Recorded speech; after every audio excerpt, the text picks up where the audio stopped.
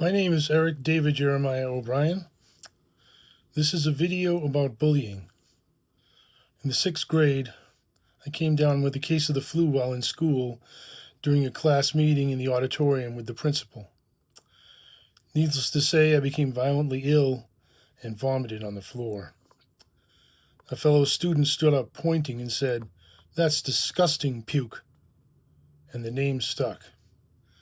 For the next 6 years, I was afraid to go to school, I was afraid to be in school, and I was afraid coming home from school. I will occasionally use AI images or narration to portray the times or to get through places that I can't relate to without crying. This is my story.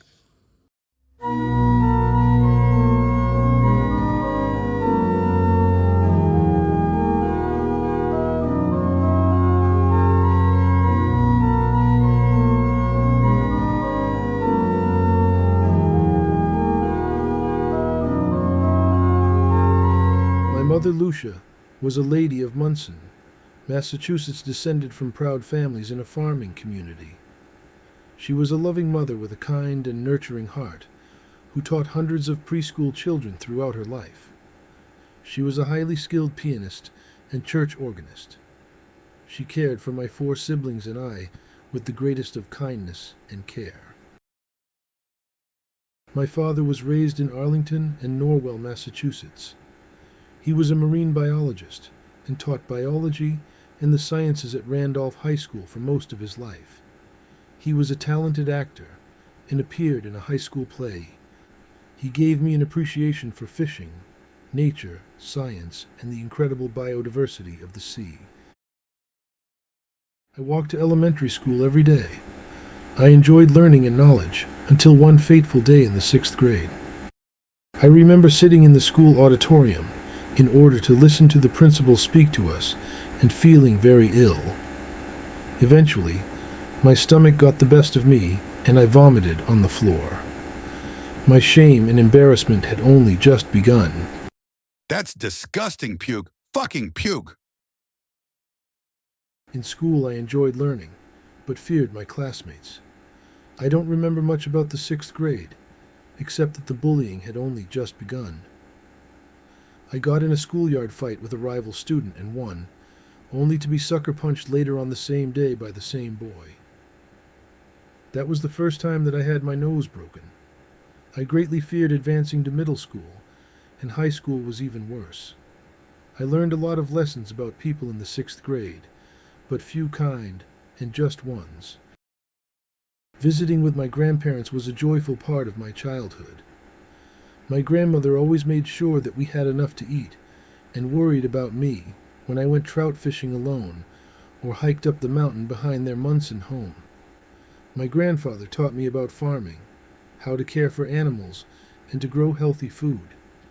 There was always $1 for each of us on the upstairs bedroom dresser. Every school day was a new experiment in terror.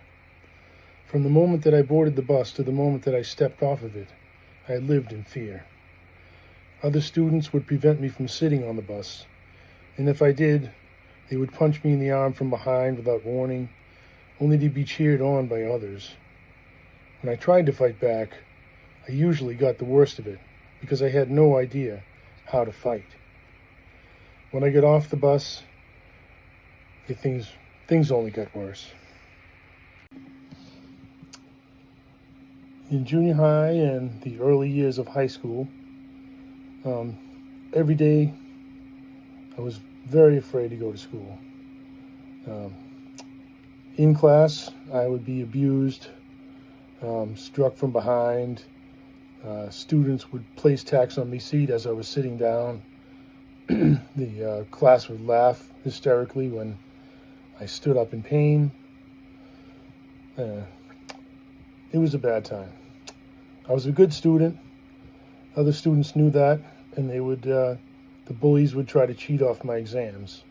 If I didn't allow them to, they would bully me even worse. I didn't know how to fight for a long time.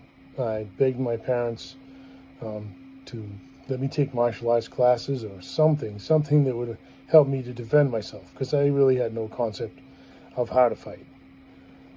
Finally, when I was 13, I started doing kung fu, and my sifu, he really saved my life. Anyway, the bullying continued. I was the black sheep of the school. As you might know, my nickname was Puke. Some students would call me Frankenstein. Some would call me Stein. But usually Puke was the common name for me. My real name was rarely uttered except by my closest friends, who I could count on one hand. It was a pretty rough time.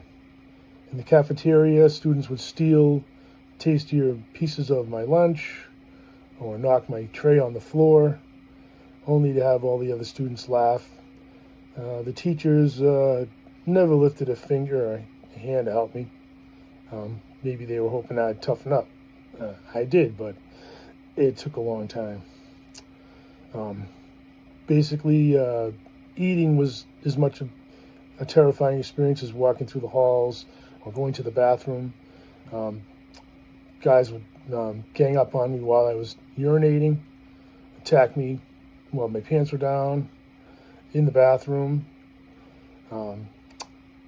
Never one-on-one, usually 2 or 3 on 1, 4 on 1. I was physically bullied. I was also emotionally and spiritually bullied. I thought I was ugly and despicable. Maybe I am.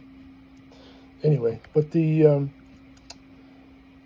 girls, if I stood too close to them in line, for instance, would turn around and they would say, "Oh, don't touch me, Puke. That's disgusting.